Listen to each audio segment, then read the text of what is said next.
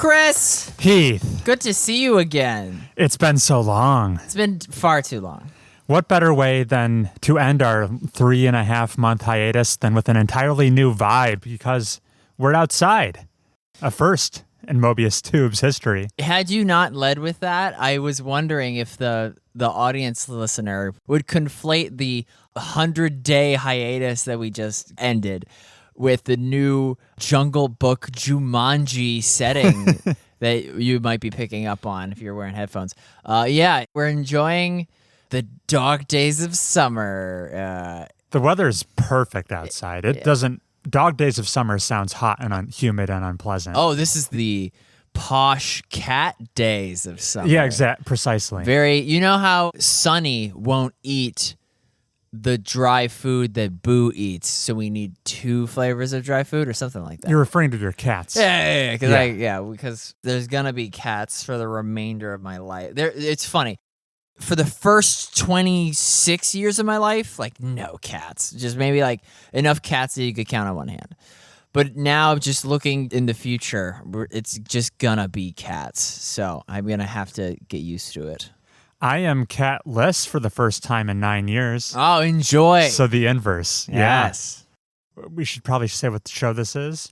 Mobius Tubes. Mobius Tubes, episode 74. Being recorded on August 27th, 2022. It's been a while. Astute listeners will know we last recorded in early May. Mother's Day. Mother's Day, right. The long-lost episode. And yeah, 3 months have gone by. A quarter of the calendar year has elapsed. I've had a lot of life happen to me in our absence, and you have too, Heath. Or else we would have gotten that latest podcast out a lot faster. But how are you? I'm fine. You ate. I didn't eat. I'm working on eating. Both of our brains have been fried after Age of Steam this afternoon. Yeah. But that won't prevent us from talking video games and other topics like we do on this show. Shall we get into it? Yeah. Get us rocketing on track. Now, in my mind, you haven't consumed any media for the past 3 calendar months. Here's the thing, folks. Is that true? Here's the thing, folks. Chris and Heath consume video games religiously. We worship them, meaning that we play video games devoutly and talk about it every week. That's not been the case thanks to a recent development called being an adult. I like to think of it this way. Whereas I used to play video games religiously, now I play them medicinally. I am only dipping in when I need to. When you have a prescription. Right. I got a fever. So how does that manifest? When I have time, I will pop open Frostpunk Endless Mode.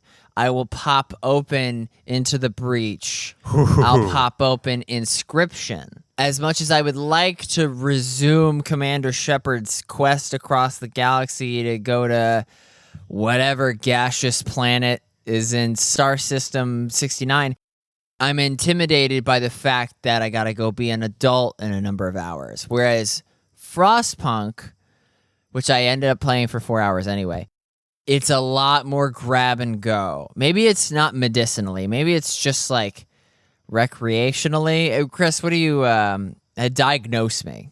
I mean, Frostpunk is very familiar to you. So it's probably... I'm getting hyped for the sequel. Yeah, all the oil. Got to get that oil. You're habituated to it. It's part of your routine. It's like Mass Effect is a finite one-and-done experience where Frostpunk, you can meander through it however many times you please, right? So some of that, I guess maybe there's some added pressure of playing Mass Effect since, you know, you're only going to play it through the one time, presumably. You want to make it count. Dedicate your full attention to it, where a Frostpunk play session is no big deal. Right. I'm burning metric tons of coal at a leisurely pace. And I'm guessing you haven't hung out after school with your friend Juro Kurabe anytime recently, have you? I mean, the latest thing with 13 Sentinels is the big twist. Did I talk about how Juro So incoming spoiler for 13 Sentinels, fair to say? Well, you asked me, yeah? So Yeah, just to make the listener aware. yeah. So, 13 Sentinels, real quick, is the best visual novel video type game to come out in the past 5 years. Oh, yeah. Sorry, a contender for sure. Danganronpa fans. The last one of those was 2017. So Last 5 years. Yeah, we just made the cut. Just made the cut. Yeah. And so I've only perfected the one Kenji Ogata. Nenji Ogata. Yeah, Nenji Ogata. Yeah. He's done. He's 100%. Wow. Okay. And getting to see one character's 100% mark kind of paints a picture of what everybody else's is going to be. It's going to resolve their character arc, and then they'll be like, I am now ready to fight the Deimos. Yes. Because it's a big sci-fi kaiju battle 1980s time-jumping super romp. Yes. So the Juro Karabe story is, he's been having these terrible dreams, which is also Shiamaguchi. But his friend is like, oh, hey, don't worry about it. Here, watch this videotape I made for you. Yes. And so I thought nothing of it. And I'm progressing in his storyline and friends of his. And it's at one point, one of the girls, Fuyusaka, turns to Juro and says, who are you talking to? And he goes, yeah, my friend Kevin over here. And Fuyusaka says, nobody's there. Who's Kevin? We don't have a Kevin in our class. To be fair, his name is not Kevin. Do you know his name off the bat? Yeah, get wrecked. Hey, I played this game a year ago. I'm going to look it up. So anyway, Juro confronts his buddy and says, I'm done playing your games. Tell me what's your real name? And the buddy sighs and goes, oh, we had a good run. It's Kyuta Shiba. Yeah, Kyuta Shiba is the Kevin friend we're referring to. Yeah. So Kyuta Shiba goes smiles mischievously, and I go, oh boy! I'm gripping my Nintendo Switch controller because I don't play it handheld for 13 Sentinels. Kyuta Shiba goes, oh man, well I guess the jig is up. My real name is Juro Izumi. Yeah. I've been feeding you lies in the form of VHS science action flicks from the video store that have inceptioned him into thinking that into having the memories of Juro Karabe. There's definitely some threads to this plot line that I'm gonna figure out in the Shinonomi storyline or something like that. But that was my huge pop-off at the 50% mark of Juro's story is the Izumi reveal. The friend that has been only inside his head this whole time. And it's just a perfect Sixth Sense classic.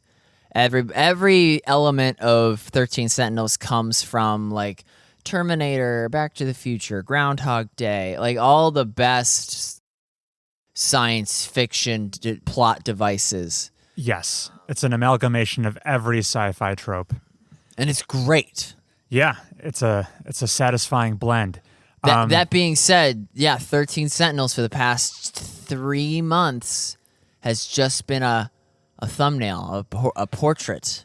Yeah, next to the behemoth that is Animal Crossing New Horizons is preventing 13 Sentinels from getting to the player. Because you've been. Not me, dude. Bailey. Bailey on a nightly basis is like, let me tend my flowers. Because she's a girl and girls love Animal Crossing New Horizons. Yeah, popular game. I want to interject one really cool fact about the Kyuta Shiba is only inside Juro's head reveal. And that is that it's possible to figure it out early. Do you know how? Does he walk through a desk?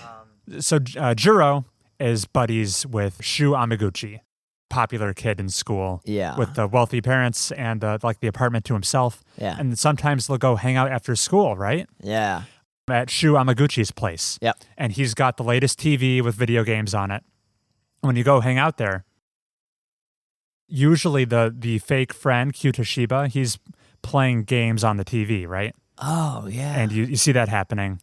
When you see the same scene from Shu Amaguchi's perspective, Q Toshiba is not in the room. Oh, it is the same scene. Yeah, so I remember thinking I thought that was a different day. I thought they were different days as well, but it's the same scene from the other character's perspective. Q Toshiba disappears from the room. That's excellent. Isn't it? Such subtle foreshadowing. That game is so good. That is one of the big reveals, Heath, but you've got some better ones coming. Oh, yeah, there's some heckin' stinky androids walking around and lots of stuff. But we'll save the spoilers for when I dive back in. When am I going to dive back in, Chris? Surely you'll have it. Visitator wrapped less than 24 hours ago. Your current movie production, or former, I guess, now that it's over. Yeah, that's over. And then I squeeze in a Mass Effect and a 13 Sentinels. Right, yeah. Because you need to be prepared for the episode 75 where we spoiler cast everything. That was going to be 75? I thought it was like 100. That was the plan. Damn. That's why we got Mobius Tunes out early. Oh, so we joked about this. So that wasn't really the plan. Yeah. There's a parking lot that is episode 75 just waiting to get filled. Right. But cool. I'm really glad that moment hit hard for you. It certainly did for me. The other moment that hit super hard was what's her name? Wears glasses, pigtail, nerdy redhead. I know exactly who you're talking about. Tomi Kisaragi. Yeah, Tomi Kisaragi. Tomi Kisaragi's from the future. Yes. Which is like a plot point that like still hasn't really registered with me. I only really cared about her presence in the athletic girl E.T. Natsuno. Yeah, Natsuno's story. Natsuno BB. Minami. What's the BJ? BJ, yeah. BJ the robot. The robot. Natsuno walking into the girl's bathroom. Oh, yeah. And then Kisaragi turns around and is basically like, execute order 66, beep boop. A great acting by BJ when he turns and is like, Natsuno, run, like all caps, and then gets turned off right away. That was the other jaw-dropping moment of like, wow. Some stuff goes down in that girl's bathroom. Yeah. Like it is the case for most girls' bathrooms. Right, just like in real life. I can only assume so. We're not privy to that info. No. Very fun. When we can finally do the full deep dive, it'll be quite the treat on 13 Sentinels. Yeah. Should we transition games? You want me to grab the reins? You should. Okay. In the past 3 months or so, I've touched 3 games, and I'll give you some updates on all of them. You know, the Yakuza marathon did come to an end. Oh, what, you played every game? No, all I mean by that is I finished Kiwami 2 and I needed a break. But if I cast my mind back to May, it was Yakuza Kiwami 2 time. This is the remake of Yakuza 2, this dramatic Japanese crime soap opera-y storytelling game with zany side content starring our boy Kazuma Kiryu on his quest to redeem himself and set things right in the district of Kamurocho, Tokyo. I've been talking about this game on the past several episodes. I finished it. Man, it was so good, Heath. Okay. There's a few things I need to hit up on. I did return to the Cabaret Club management minigame.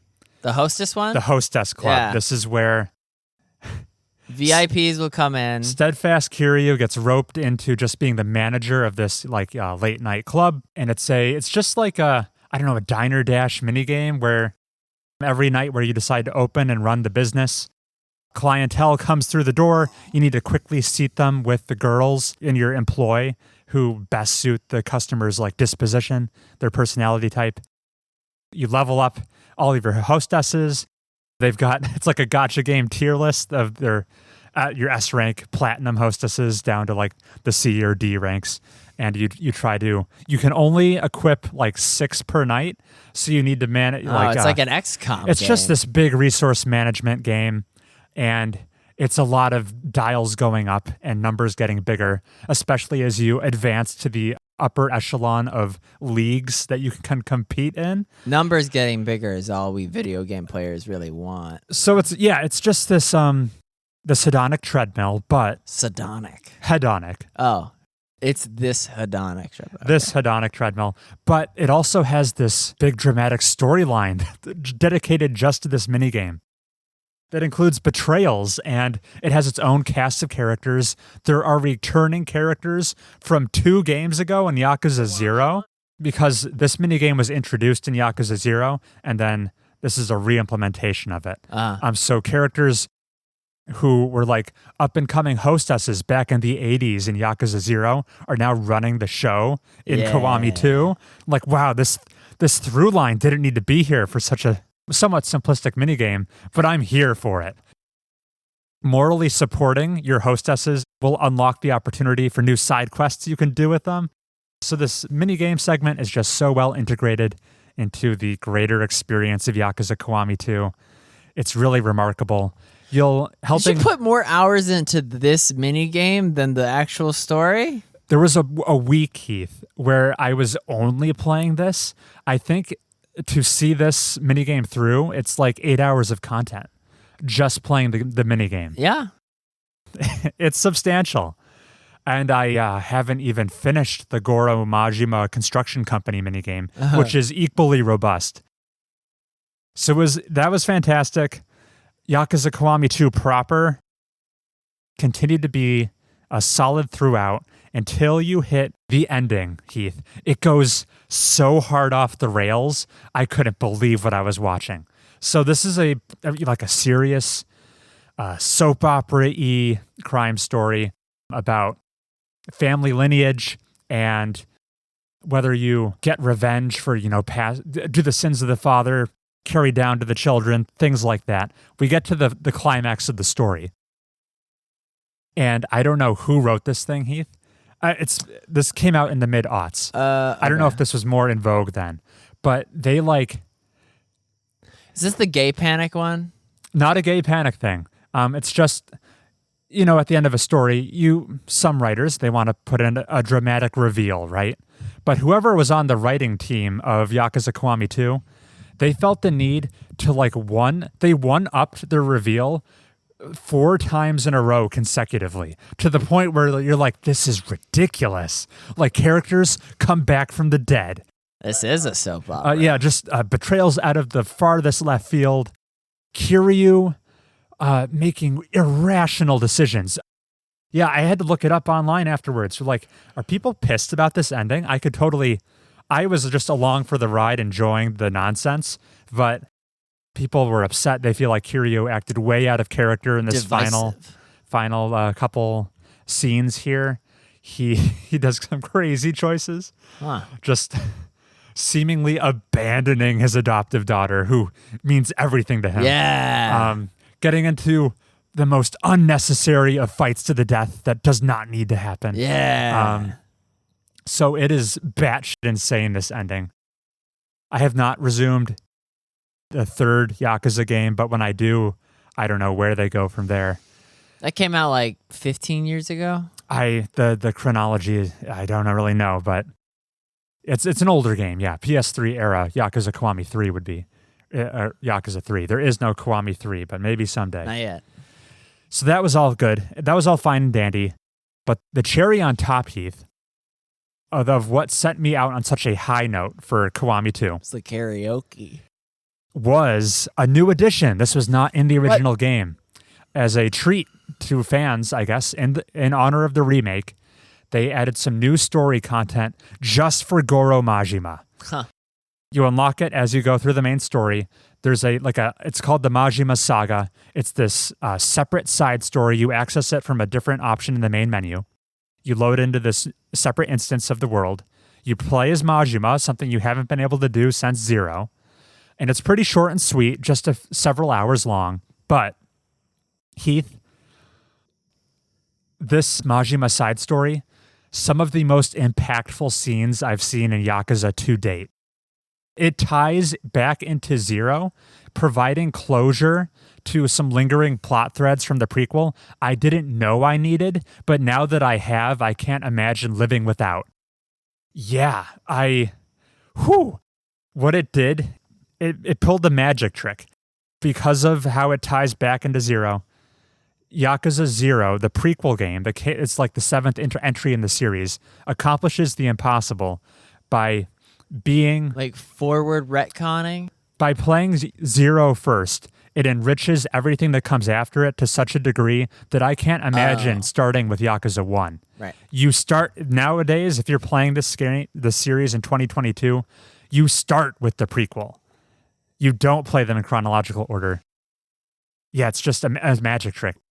People talk about the Star Wars watch order. Do you start with the prequels? I used to know this. Or do you watch them in a chronological release order? But no, you do 4, 5, 1, 2, 3, 6. I can definitively say you start with Yakuza 0, and it just continues to pay dividends down the line. I loved it. And Yakuza Kiwami 2 nearly reaches the same heights as 0. This game series, I know it's had the big resurgence lately. Yakuza is becoming a household name, I suppose. I still think it's underrated. These games are that good. Wow. Yeah. And that's all I have to say about that. What a game. I just wish it was dubbed. I couldn't imagine playing it dubbed. It's just... Because everyone's like, Oni-chan. Yeah. It's just, you want to... It lives and dies on the authenticity of believing you're in Japan. So I want those Japanese voice actors. Mm-hmm. But moving on, another Japanese game, but one I am not nearly as positive on. So for some reason, Heath, I decided to play all the way through to the credits of a little game called Scarlet Nexus. Yeah. Yeah. Lay into this. Cool. Okay. In the past, I think we've referred to this game as the Lady Legs game. Yep, because in the very first trailer, this like flower pot looking enemy with long lady legs jumps down, and your two main protagonists, Yuito Sumeragi and Kasane Rondel, are fighting it up. You look like you're falling asleep. No, I'm fine. Okay. Yeah, so I played this Japanese action game. From the makers of like Atlas? I don't even know. Astral Chain? I didn't bother to learn the studio. It's definitely not a platinum game. Uh-huh. It's not of that caliber. No, it's a visual novel. Yeah, we'll get into that. It's more of a visual novel than I expected, and that was to its detriment. Yeah, so this is a game. I finished it, Heath. If it had been any less compelling at any point, I would have dropped it. This game was on thin ice for the entirety of my playthrough. Oh my god! I don't really endorse anyone seeks this game out. The combat was pretty good. It was fine. Character action. Yes, this is a third-person do combo hack and slash game. The hook is your. I should dive into. There's probably an actual hook. The setup is it's this sci-fi game. You choose one of your two starting protagonists. Which are both students in high school? They are on the younger side, but they have joined the military. Okay. So students no longer. In this alternate... That's why I was thinking Astral Chain, because they're cops. Yeah, they're associated with the government. In this sci-fi universe, most people have some sort of ability or power. Your protagonist, no matter which one you choose, your power is psychokinetics. You can throw things around with your mind, which manifests as a gameplay mechanic.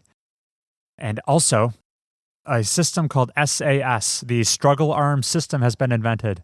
This allows you, through a virtual brain cable, to connect yourself with your squad mates to borrow their abilities. So even though you only have psychokinesis, if you bring along the character with pyrokinesis, you can now apply fire status effects. You basically beyond two souls tag in on the ethereal plane. Yes. Yep. You tag in, so you get access to abilities like invulnerability or teleportation. Or it sounds like a better version of Balan Wonderworld. Isn't that just a platforming game? Yeah, but you have to tag in to have the fire ability, the jumping ability. That's why Donkey trashed it so hard, because it feels like somebody gutted the Super Mario Odyssey like possession mechanic with Cappy, and just chopped it up into different things. I see. What did you call it? The struggle arms system, SAS. Yeah, SAS. They just refer to it as, they say SAS so many times in this game. And for what is such a important part of the game's world building, I guess, in gameplay, it just manifests as this cooldown abilities dial you have. Because, even party members it's like an Overwatch Ultimate or whatever. Yeah, it's just Alt. You equip the teleportation ability and that dial starts to trickle down, regardless of all the grandiose reasons for how you're hooking up your brain. So this is gameplay you've seen before. Yeah, it's not even that picky. You can borrow the abilities of squad members who aren't even actively with you. Oh, weird. The only benefit is if you borrow the abilities of the 2 members who are with you, those dials will tick down slower. So that's your incentive to, if you like to use fire a lot, bring Fire Girl. Yeah, so the only cool part about combat, in addition to some nice animation work, there are some cool finishers. It's looking like Devil May Cry up in here. Yeah, when you eventually get far enough along the skill tree and you can start activating a bunch of team abilities at once, you can have up to 3 going concurrently. Oh. Then you get some cool combos going on. Some heat actions? You start syncing up the duplication girl with pyrokinesis, and now whenever you launch a projectile at an enemy, 3 will go instead of 1 because you're leveraging that duplication power. That. And then you get some electricity going at the same time, and now they're applying an electricity status effect, good against soaked enemies. Soaked is a status effect. Oh, okay. So there's some considerations in combat for sure. Combat was the highlight. What really dragged this game down for me was, video games. They are these multidisciplinary culminations of art, right? Yeah. You've got the sound team pitching in. You've got all the artists making all the assets in the game. You've got the writers crafting the story, all the gameplay mechanics, the meta progression. It creates a whole greater than the sum of its parts. And every game has to decide how it's going to allocate your time spent playing it, right?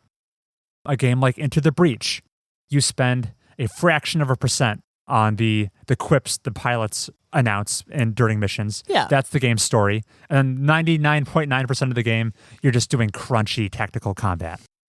So the design team at Scarlet Nexus, I think they thought they were onto something with this story, because I kid you not, you probably spend about 50 to 55% of this game's runtime listening to dialogue, watching cutscenes. It is a narrative-heavy game. Combat accounts for no more than half of the game. Unfortunately, this game's story sucks. It's not great. It's tropey. More like Scarlet Nexus. Yeah, basically. The highs of the combat are severely diminished by how little of the runtime you actually spend fighting. It is just a tropey anime story with I don't know if the writers have heard of foreshadowing, because when they start dropping things like, "Oh, we came from the moon," I just have to nod my head and say, "Sure, why not?" It just jumps the shark so many times. That was like an enemy grunt saying that? No, that's like a big consequential plot reveal. I can't be bothered to put a spoiler in front of that. I didn't even say who you're fighting. You're fighting these weird creatures called others in this game. They're like plant monsters. They're just kind weird of like amalgams. Hybrids of human limbs, arms, and legs, but then everyday objects. So we had flower leg lady, and we have fire hydrant giant monstrosity arms thing, and we have beehive cage that floats around. Enemy designs, they're definitely on the more original side, so credit for that. But yeah, you're just trying to save the world from these weird fire hydrants that want to eat people. They eat people's brains. That's what others do. Okay. Consume brains. Lots of brain focus in this game. Yeah. The story, not great. Also, the presentation of the story looked severely budget. Oh. Kind of like some Monster Hunter quest. The word that comes to mind is PowerPoint presentation. Yeah, so Oh, because it is it's a somewhat budget game, I suppose. Animated cutscenes are so rare. When the animation work happens, I was usually impressed. I don't know if that's because the animation work was actually that good or if I was just starved by watching you're like, all of these oh my God. static screens that they just like pan to the next one. And the character's not even like, you don't see the lips flapping. It's a bunch of stills for the vast majority of this game's story content. Yeah, very budget. A lot of it is voice acted. I wouldn't say it was the best voice acting, but they at least don't need to do like the Undertale. So yeah. I like those. That was Scarlet Nexus. It tries to like, you can increase your bonds with your squad members it's like Persona. in between chapters. So it does some diet Persona stuff, but the writing chops just aren't there, so you can't be bothered to care that much. It was trying to capitalize on the Persona hype, but it did so without the style or the pizzazz, unfortunately. Bummer. And that was Scarlet Nexus. Probably don't need to look it up or seek it out. And last but not least, let's just talk about Into the Breach Advanced Edition. Woo! Out of nowhere. Out of nowhere. I was just recently listening back to episode 73 you sent me, where we both, as a jokingly talk about, oh man, imagine Into the Breach getting DLC. How do you improve upon perfection? But that's kind of what just happened out of the blue. How prophetic. And just, it's just like they say. All the best things in life really are free because this update was free to all owners of Into the Breach. They just, Subset Games gifted us with new content. They didn't have to do that. No additional cost. 4 years after the game came out. What a gift. Wow, it's like Dead Island. And I put 6 hours into the new advanced edition of Into the Breach. It is not Into the Breach 2.0, but I'm comfortable calling it 1.5. There are some substantial changes here. They've got I'm only curious about new enemy types. There are new enemy types. Uh-huh. I don't think I've encountered them all. Yeah, just like we were saying, they have not massively mixed up this formula. They've just pumped it full of new content. So yeah, new enemy types, new pilots to encounter with new wacky abilities. They already did like every wacky ability I could think of. New mission objectives when you try to achieve the bonus stars. New objectives. Nice. To keep like mission structures fresh. Yeah. And most substantial of all, 5 new mech squads to like you said, the pilots. to use. Oh no, pilots you equip in the mechs. Wow. Yeah. You mean like plus 2% to melee damage, plus 1% to ranged. Yeah, some of the pilots are a little more wacky. Like one gives you this is from the base game, but one gave you an extra reset per match. Yeah. Some new things like that. But we have 5 new mech squads to supplement the original game's like 8. So a substantial. Which one was your favorite? And which one is your new favorite? I've made a tier list. Yay! Because I've played with all 5 new squads. I guess the one annoyance of this update was it deprived me of my previous 100% completion percentage. Come on. Of Into the Breach. So I've tracked down those remaining 15 achievements, the new ones. You better believe I'm going to maintain my 100%. Chris is like, I'd rather have nothing than lose my Chivos. Yeah. So tier list. I'm going to rank the 5 new squads from S rank down to D, being, or maybe F, whatever. If you want to go in blind, not knowing what these squads do, skip ahead. Yeah. But I'll give you the quick and dirty rundown. Yeah. Here we go. The bomber mechs. These guys are going to be... It's like the fire ones. Would it be better listening if I build up to the tier or list the tier right away? What do you think? You should, in B tier, we have this. In bottom A, we have this. You want me to go in ascending order? Why would you... I mean, God, it'd be hell to not do that otherwise. All right. Very well. Then we'll skip right to, hey, it's the bomber mechs. That was the first one. Wow. Bomber mechs are going to get a C tier from me. Okay. They're like the fire guys that like will just Just cover the landscape in deadly. Nothing receives F tier because, come on, we're playing Into the Breach. Nothing about Into the Breach is F tier. I don't know. Sometimes when I make the wrong move with my judo guy, I'll be like, motherfucker. The bomber mechs, true to their name, they have this one artillery guy who he launches a bomb who is its own like self-sufficient unit. Your bomb guy has legs. It's like a bomb tripod. He can walk around. Cute. So you effectively have like a fourth member of the team for a turn. You can walk around and then blow up. That's kind of fun. You have one that is kind of unwieldy to use, the Pierce mech. The Pierce mech it shoots a projectile. It's going to do some damage, but not the first thing it hits. The first item that comes into contact with your projectile, it pierces it, goes right through it, and continues on and damages the next thing it hits. Huh. So, I mean, you can kind of... Wait, what if you pierce a teammate? Then your teammate won't take damage. It's a little counterintuitive to use. You can imagine how just being able to a more straightforward shoot the first thing you hit makes more sense in your head, but you have to constantly worry about piercing things. Yeah. So that's what hinders these guys. And the last guy's wild. So much utility. It lets you swap the position of any two units on the map. I already got that, the teleporter.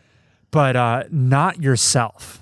Huh. You have to walk up to your target and then swap them with something. Oh my God. Which constantly tripped me up because just like you alluded to, I was imagining swapping myself. But no, you're swapping others. And the quirkiness behind piercing and the swapping, that's what led to Bomber Mechs getting the C from me. Moving on to the B tier, this is an improvement. We have, and this was a fun name, the Arachnophiles. Yeah. So these guys like spiders. Yeah. They have one who, if his shot kills an opponent, it spawns a spider. Oh, so you can, like the enemy spiders. That you have control of. Right, so it's got like a blue eye instead of a red one. Yes. So you can amass an army of spiders to do your beck and call. Cool. Spiders just walk around and basically do one damage to things, Right. but that can be pretty useful, especially if you want to bankroll them for a future turn. Yeah. The only other thing of note about the Arachnophile mech squad was the ricochet rocket ability on the other guy, who the projectile bounces, it hits a target, and then you get to choose how to redirect it off of that target. What, it's sort of like smart missile? Yeah. Like Obama wishes he had these. So you've got this like pinball machine guy who's banking shots off of opponents to hit other enemy vac. This is like Dead by Daylight's The Blight. I don't know how like extremely effective the ricochet rocket is, but it was just so satisfying to use. That was enough to earn these guys the B tier. Yeah. The fun army of spiders and the ricochet stuff. I have one other mech squad in the B tier, and I didn't like using these guys, but they were just so original. I had to give them the B tier. This is the team called Cataclysm. They are all about opening up cracks in the ground.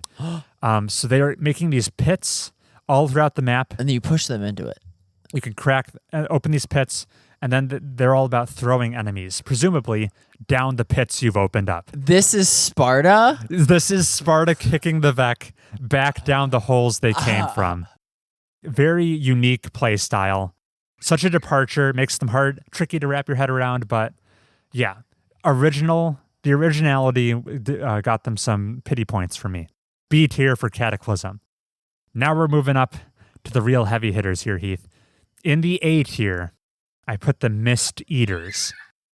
So here's this team that is all about manipulating fog. Okay, Mist, like M-I-S-T. M-I-S-T. And we all Into the Breach fans will know fog is what? Or is it I always forget if it's it's steam or fog. But it prevents enemy attacks. Right. Now these guys come equipped with a passive ability that anytime they enter fog, it heightens their senses. It consumes the fog, and you heal yourself. Oh. So you're effectively immune from the fog. It never cancels your attacks, and it's a healing mechanism. Yeah, it's a get out of stage 4 free card. Yes. So as you might suspect, these guys are all about plopping down fog everywhere. They have the Smog mech, who shoots projectiles that spawn fog. More fun than that is the Thruster mech. He leaves fog behind and damages a spot, but his thrusters, he's like taking off. So the further you thrust yourself across the map, the more damage you do in your wake behind you. Okay. Which is fun because obviously you want to do much damage as possible, but the trade-off is you have to move like halfway across the map to accomplish that, which could be advantageous, could be not. It could put you in the middle of nowhere. And even their science-y mech is a lot of fun. He walks up to someone, anyone, and you immediately like mind control them and get to move them. So that could mean walking enemies right into your fog, canceling their attack, or even better, walking enemies right into a river and drowning them. Yeah, walking them away from the bomb that I'm trying to exactly. protect. Or walking them right above an emerging Vec, blocking its entrance. I love doing that. So just so much utility. These guys were very effective. Love the Mist Eaters. And last but not least, I do award the title of S rank, S tier, to the Heat Sinkers. This is another fire-based squad because the base game had the Flame Behemoths, but these guys are even cooler. What do? They introduce a brand new mechanic. So they also, kind of like the Mist Eaters, have this passive ability that makes them immune to fire. When they walk on fire, it gets consumed. Of course. But then, even cooler, anytime they enter a fire space, they get this passive called Boost. They get boosted. And that means the next time they attack, their damage output is +1. The next time they attack, their damage output is +1. Yep. You can temporarily boost the damage output of your mechs by 1 if they're boosted. And they get boosted by walking into fire. And that could be real synergistic. Oh, yeah. Very synergistic, especially when you factor in your main damage-dealing mech shoots 2 projectiles. So as soon as you boost him, that's not a boost of +1, really. That's a boost of +2 because each of your projectiles gets boosted. Wait, he's got a... Okay. You can choose the directions or orthogonally. Yeah. So boosting him is doubly effective. You've got this crowd control guy who he does a pushing and a pattern I've never seen before. So that was fun to wrap your head around. Just manipulating the boosting mechanic, which no other squad does. Enough of a fun quirk that these guys were amazing. So S tier for the Heat Sinkers. And that is my guide to the 5 new mech squads. Write in, tell me how you would rearrange them. Tell me if any of these guys are your new favorites. Heat Sinkers might just be my new favorite squad. Do you automatically choose like the matching pilot? Oh, like a hot pilot for these flame guys? I guess so, yeah. Or like there's one pilot who looks like he's made out of rocks or something. So maybe him, because he's fireproof? I don't know. Impervious. That was Into the Breach. The thought occurred to me, Heath. What % of Mobius Tube's runtime do you think has been spent talking about Into the Breach? Oh, maybe like a double-digit number? I don't think it's that high, but it's more than any other game, perhaps, maybe. Yeah. Well, the audience just eats it up, right? They love it. They love hearing about this 2018 video game. Especially when I move left onto the emerging and then hit the spider. I don't know. The game is as good as when I first played it. Mm-hmm. So that was Into the Breach Advanced Edition. I love this game. Yeah. Heath. Yeah. You've got any other media to touch on? I've been playing a mobile game. Okay. It's called Papers, Please. It's not a filthy casual game.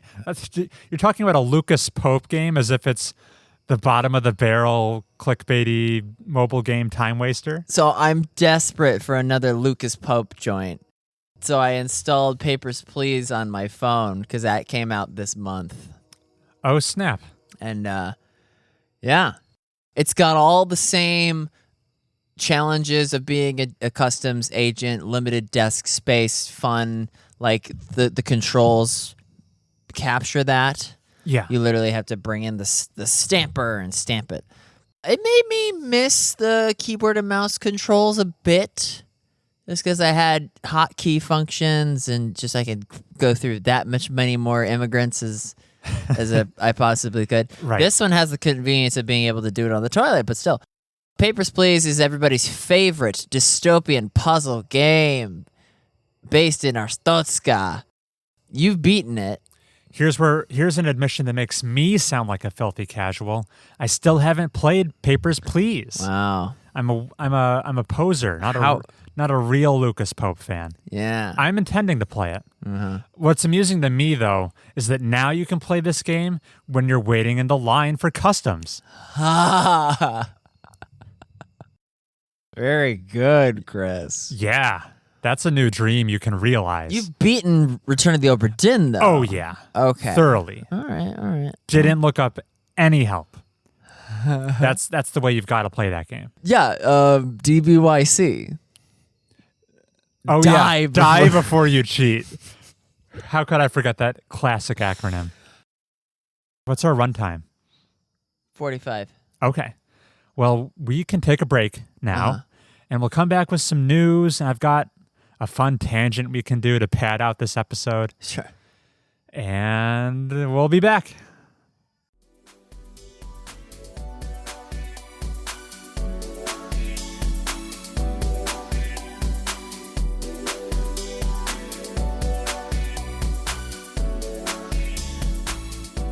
We're fighting the daylight. Yeah, the one downside to recording outside. The sun sets. Who would have thought? And we're back. And we're back. Heath, we've been gone for a while. Surely news has happened. We had not quite E3 happen with Summer Games Fest, Jeff Keighley's show. Gamescom just occurred. I don't care to talk about any of that. Do you? Highlights from those shows, if you were interested in anything we could discuss. Battle Royale is still the big hotness. On account of... Oh, that Rumbleverse that came out. Oh, okay. Yeah, it's huge. I haven't been watching it too closely. You know what pro wrestling is, right? Yes. Where wrestlers like beat each other up and try to throw each other out of the ring. Well, that they turned that into a battle royale where the concentric circle gets smaller. Oh.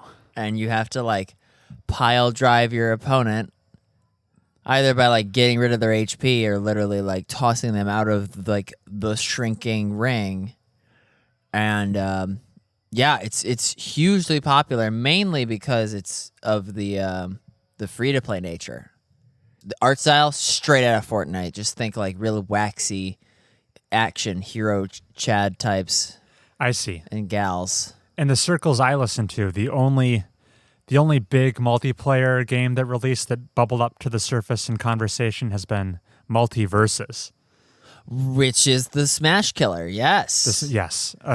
Where you killer can play as Shaggy and go up against the Iron Giant. Yeah, you can do that.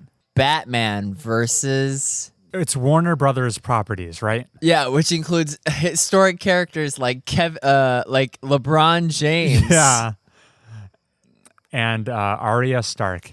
Yeah, I have a friend who works at a game studio under the Warner Brothers umbrella, so he was hyped about this game. I think he worked on it in some capacity. Oh. Yeah, that's Jared from college. Shout out to Yeah. Yo, I can't believe Jared programmed LeBron James's mustache. I think that physics. was his contribution, yeah. Wow. And he was a big Smash fan, so this must have been a very fun project for him to work on. Yeah, he put he gave LeBron James Jigglypuff's rest. All right, that's my Smash joke. Yeah. You want to tune in for more Smash jokes? Come to my backyard. Right. You mean right? Yeah, your backyard. It's the place to be. That's where all the smashing happens. Yeah. What? We want to talk about inflation, Heath? Yes. Yeah. So in an unprecedented move, across the globe, except for here. That's the one exception. The price of the PlayStation 5 home video entertainment console is increasing. Sorry, across the globe except for here. My funny quip came too late. I was gonna say from sea to shining sea, but like the other way around. Yeah, the other way around. So yeah, Sony announced they are raising the prices on their new flagship console, the PS5, in response to harsh economic realities and inflation in all territories except the US. So Europe, Australia, Asia, Japan. Wow, they love us. People have assumed it's due to the strength of the dollar right now, they can afford to get away with not raising it in the United States. Huh. You were just telling me about how the US dollar just eclipsed the euro. Yeah. In strength for the first time in like decades. Welcome to the Financial Minute, everybody. Yeah. We're talking about currency values and fiats. So I'm sure people the globe over are pissed about this because it's so surprising. Consumer electronics, you always expect those to depreciate in a value. You're like, oh man, the early adopters are paying their premium, but not in this case. Those early adopters got a steal. Prices are roughly increasing. It's about $50. From the numbers I've seen, it's about $50 increase in price. Oh, that I would be so upset if that were me. And to add salt to the wound, the PS5, Xbox Series X release have been rather supply constrained. So imagine your frustration of not being able to buy one for 2 years, only to your just desserts is, oh, sorry. Now, when you do get a chance to buy it, it's now going to be even on more the shelves, expensive. and it costs more. Wow. Yeah. Same box. Your reward for waiting is a higher price tag. Yeah, patience was not the way to go, I suppose. What are the odds? Yeah, so I wonder how necessary this was because Microsoft and Nintendo have come out and said they expect no price increases on their consoles. So I wonder, is Sony's manufacturing process really so different that this price increase is warranted, or are they getting greedy? Is this an arrogant Sony move? I don't know the answer. It kind of comes across as an arrogant move to me anyway, if their competitors don't feel the need to follow suit. Yeah, crazy times. This wasn't an isolated example, though. Meta, formerly Facebook, they're increasing the prices on another consumer electronic, the Oculus Quest 2, one of the most popular VR headsets. That price went up $100 as of August, so too late to get it cheaply. So I guess it just goes to show what weird economic times we're in, does it not? Yeah, you were saying how Sony being greedy, way greedier than my best buds, Microsoft and Nintendo. I mean, Nintendo sells their games at full price all the time. Very true. And then Microsoft is so busy buying every studio that breathes air for their Game Passes. Yeah, definitely faults to be had with all of these companies. My thought is the price of manufacturing a PS5 can't be that much more pricey than an Xbox Series X, right? Oh, yeah. They're ostensibly the same machine, but they run different games some of the time. But no price hike on the Xbox side. So yeah, Sony milking its fan base, but if they keep pumping out exclusives like what's come out? God of War Ragnarok's not going to be exclusive, is it? Oh yeah, I mean it's not on anything other than a PlayStation. Oh, there you go. Yeah, I nailed it. I guess they're confident in their fall lineup to jack up the price. Yeah. So yeah, just crazy. I thought it was a joke when I heard that. I didn't think a product as mainstream as the PS5 would go that route of suffering a price increase. Final thoughts on things becoming more expensive, Heath. Those rotisserie chickens at Wegmans. They're still $5, right? They're last I looked, they're like $7. No. That's why my gains are faltering. A far cry from the $5 days. Darn.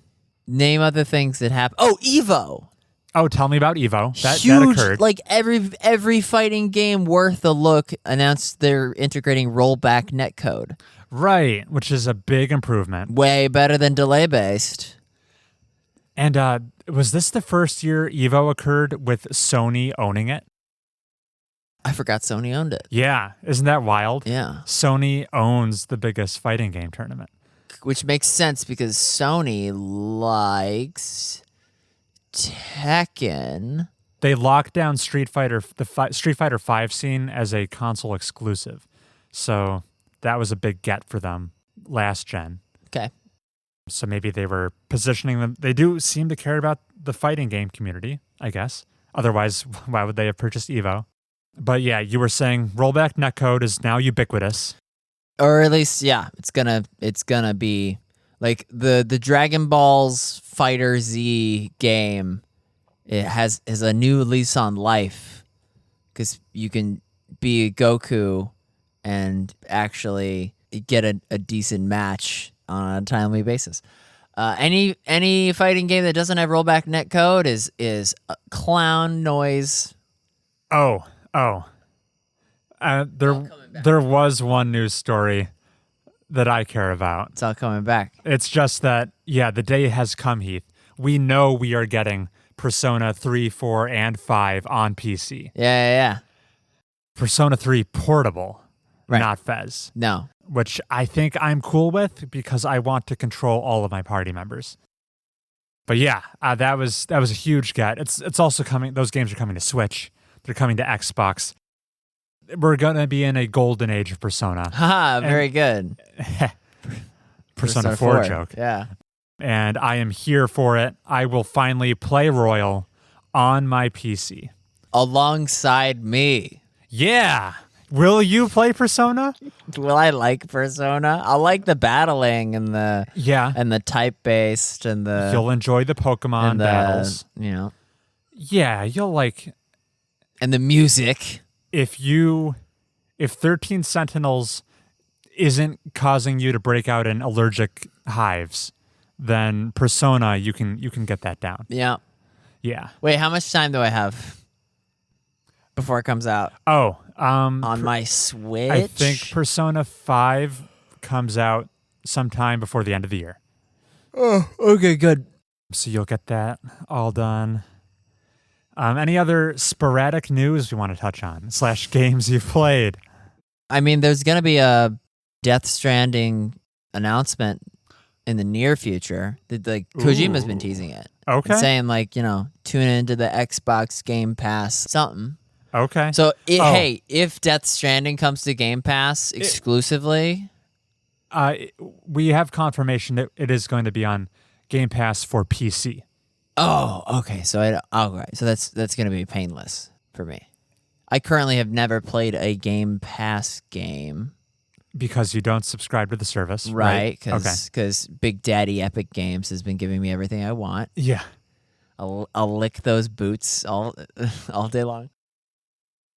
If you're willing to indulge me, Yeah. we can, yes. we can take a break, and I'll come back with Personal Story Hour.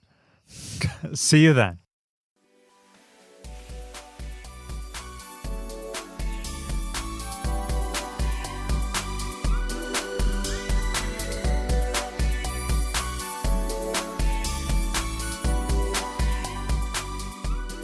And we're back. Hey. I just wanted to share a fun life experience I had on the show. In the 3 months since listeners have heard from me, I've done all sorts of crazy things, like move to an apartment of my very own. Yeah, you've been an adult. Yeah, I've become very single. And I went to my very first board game convention. So yeah, not a video game topic, but I wanted to talk briefly about DoaMCon. This is a podcast I listen to. The acronym DoaM stands for Dads on a Map. Okay. This was a board game convention held in early August in Dallas, Texas.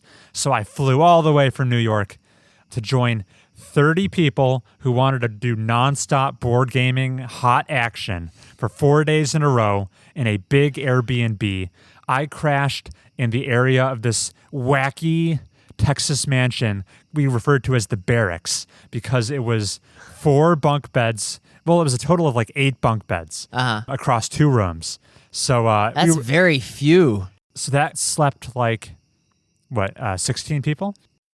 But there were also more standard bedrooms for the couples and the guests of honor. Oh, okay. But I was with the plebs, which was fine.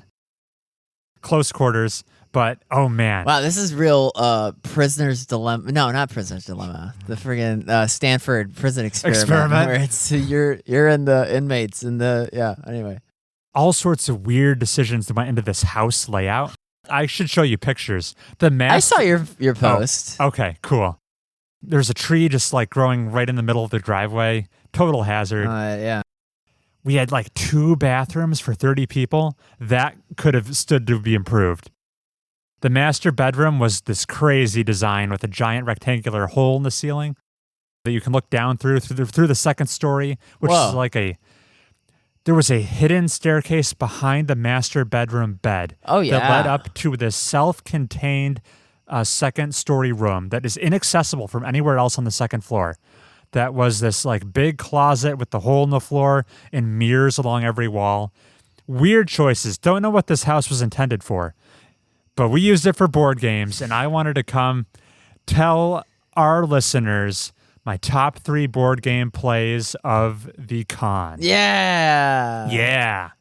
And I kept meticulous records because that's just the kind of guy I am. Gosh, dude, the listener, all of these games are going to sound like, all right, this next highlight is when I double rushed the Pacific Rail while maintaining my Wabash stock. I am a fan of deeply economic games. It is true. It's my guilty pleasure. I just wanted to provide one stat right at the top. Oh, wait. Does this affect your stats for the year? It does. Is this padding your victories? Detracting from my victories. This con was a bit of a humbling experience. My win-losses were not up to usual snuff. Here we go. Okay, across those 4 days, I managed to play 24 unique games. That's a lot. Some of them multiple times, so I got in 29 plays. Yeah.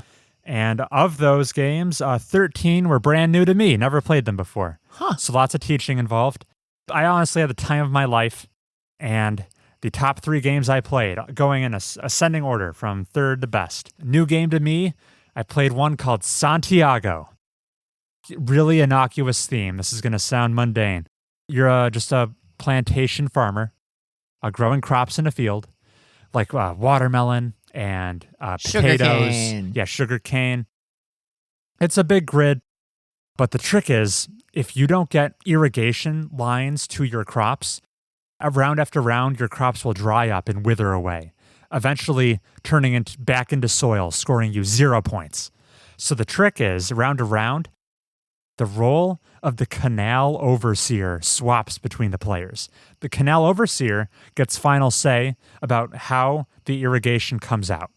And you're building this network of water that will water all of the crops. Oh. But the thing is, right before the canal overseer drops his water line, all the other players have this little quick negotiation round where they can present bribes to the canal overseer. Yeah. Any bribes the canal overseer accepts are binding, so that he or she would have to follow that player's request. Yeah. Players can pool their resources to make juicier bribes if it's going to water both of their crops. Yeah. And this game was a banger. I have since sought out my own copy of it. Round 1 set the entire tone, where I found myself as the canal overseer. I was soliciting the other players' requests. 3 of them formed a coalition, pooled a massive bounty for me. Chris, you gotta water my to crops, water man. all their crops, and I was very tempted We're to take so their dry money. in the dome, dude. The one naysayer, he put together a payment for me. It didn't rival 3 people pooling their money, but he said, here's a little bit of money, just put it in the middle of nowhere, and all of their crops will wither. And I took that offer. And I took the one-man guy's offer. And they were just, their eggs were all in one canal basket? 3 players were very cross-incentivized in the same area of the field. And I went the opposite direction. Oh, just to be a 50-50 with that guy. Yeah, so The incentives change on a dime in that game. The auction is a once-around funky one. You don't have to raise. It's just you need to place a unique bid. So if someone goes 4, you can go right under them at 3 or go right over them. It's kind of it's an interesting dynamic. It's buyer's choice. The tricky part is where you're last in the auction and you're like, oh man, my options are bid nothing or I have to go up to 6 because all the other players are 1, 2, 3, 4, 5. So then you're kind of between a rock and a hard place. Just tough decision after tough decision. Santiago, it's a banger. It's only like 60 to 90 minutes depending on if there's new players. We're going to have to get this played. Yeah. You're going to love it. So that was a fun one. Second best game I played at the con. One we played today. It was Age of Steam. We played Age of Steam. You played Age of Steam as well? Yes.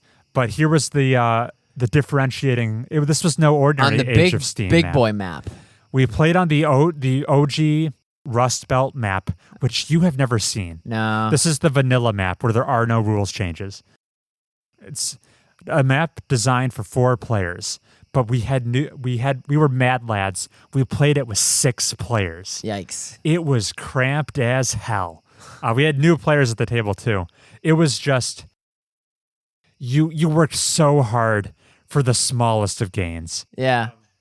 Because everyone was consuming all the cubes. It's a land grab, yeah. We had about 50% more players than the map was intended for, but everyone managed to avoid bankruptcy. This is a budgeting train logistics game about moving goods to the cities that want them and building your train routes between them in this spider web of a network. And money is super tight, even more so when you have 2 more players than there should be. And it was just, I was in the running. I finished second, I believe. Pretty proud of that considering how cutthroat that game was. Yeah. So that was a treat, but the best game of the con, another one you're familiar with, Heath. We sat down for a 5-player game of Indonesia. Yeah. The another logistics game. This one is all about manufacturing and shipping goods all over the island chain of Indonesia. Microwaves. You can create microwave meals that sell for like a whopping $35. Those are great. The hallmark of Indonesia is the company mergers. Very exciting. You get to mash companies together to create giant conglomerates, even if the original companies didn't even belong to you. You can take Timmy's Rice Company, Joe's Spice Company, and if you've upgraded your tech tree enough to call for mergers, you can combine them into that microwave meal company you mentioned, the Siap Faji. And then it goes up for auction, and anyone can buy it.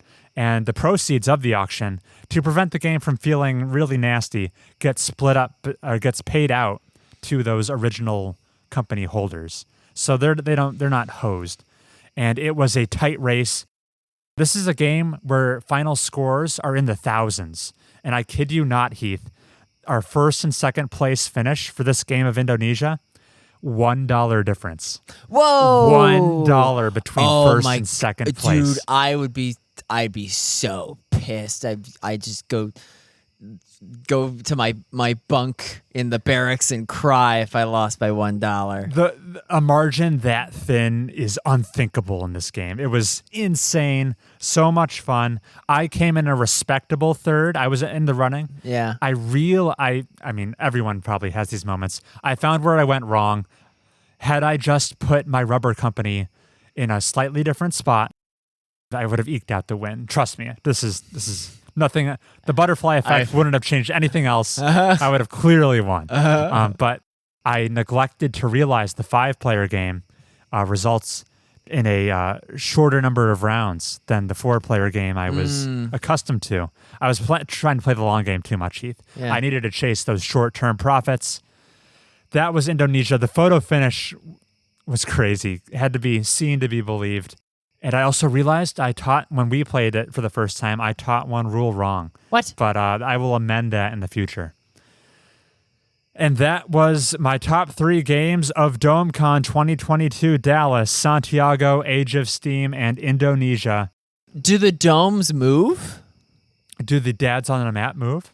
Yeah, is the next where is the next dome? Is it Oklahoma? They are planning it right now. It's the rumblings point towards Kansas City. Okay. And I had so much fun that I think I might try to go again. Yeah.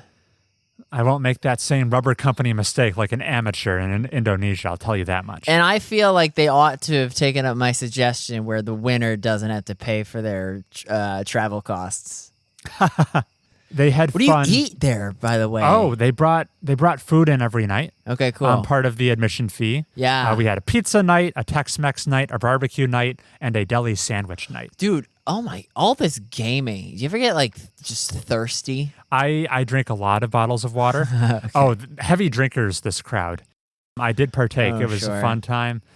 And they had some fun quirks. Like there was a secret list of predefined conditions that if anyone were to ever meet them over the course of the 4 days, there were gag prizes to be awarded. That's like Scott the Wise. Yeah, just like the paper plate prize thing he did.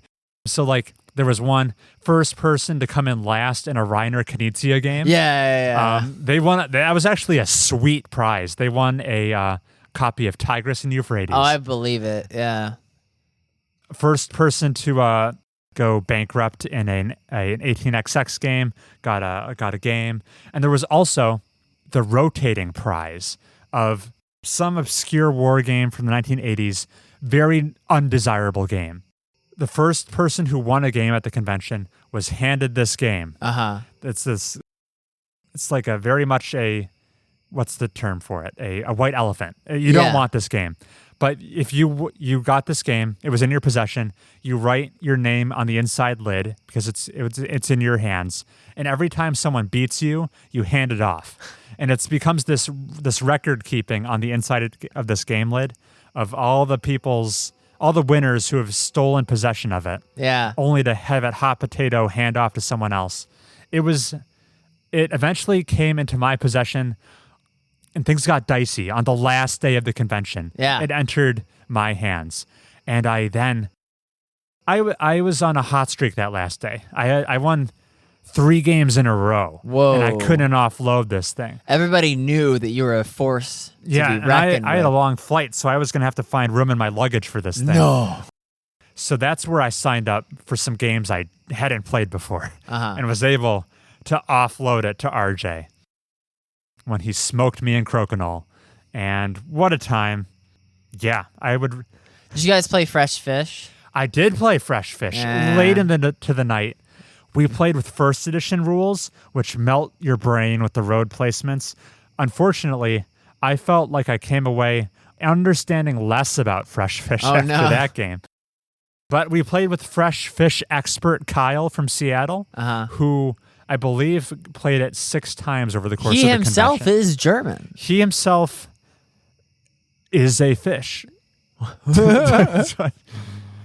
Yeah.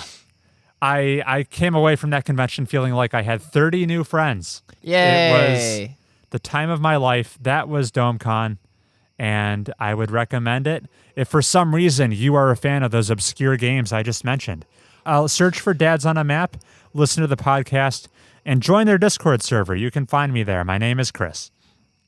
Yay! Yeah, you would be just so into this. I was so into it. And to the extent at which like you're packing your toothbrush. Yeah, I would be too, but then I just wouldn't be. You wouldn't be able to pull me out. It's like it's like, you know, at the beginning of the Inception, where like people are like going into dreams and then not waking up because they're like, why? It's the total hedonistic parable. Yeah, or they lose track of what is dream, what is reality. Yeah. That's DoaMCon. Once you're in, you're not coming out. Right. Yeah. Whew. Cool. Very fun. Shout out to all the domers. Yeah. There's some in the barracks controversy of whether the term is domers or domies. I'm very much in the domer camp. Yeah, it just rolls off the tongue. Right. Yeah. Very fun.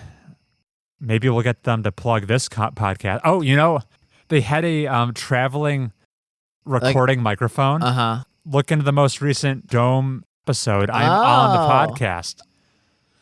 Little. I will tune into this. I'm right at the beginning too, so you don't have to listen for long. Very cool. All right, I tried to transition out of this topic like 3 times, but we'll do it for real. Entering closing statements. Yeah. Night is setting around us. Oh yeah, we're enshrouded in Darkness. The heart of darkness. It's 8:30 p.m., but I'm about to go to the gym. Yeah. Well, we release you, Chris. While you were at the gym, if you have an email to write us, you can do so. Where should they send that email, Heath? To MobiusTubespodcast@gmail.com. Exactly. We read them all on the air. Yeah, I don't think there's a single email we've ignored. So we will continue that trend, assuming your email is not egregious. Yeah. And stay tuned for the big episode 75. Yeah. That'll be a fun one, we promise. And we'll catch you then. Until next time, Heath. Yeah, thanks for coming, Chris. It's been real.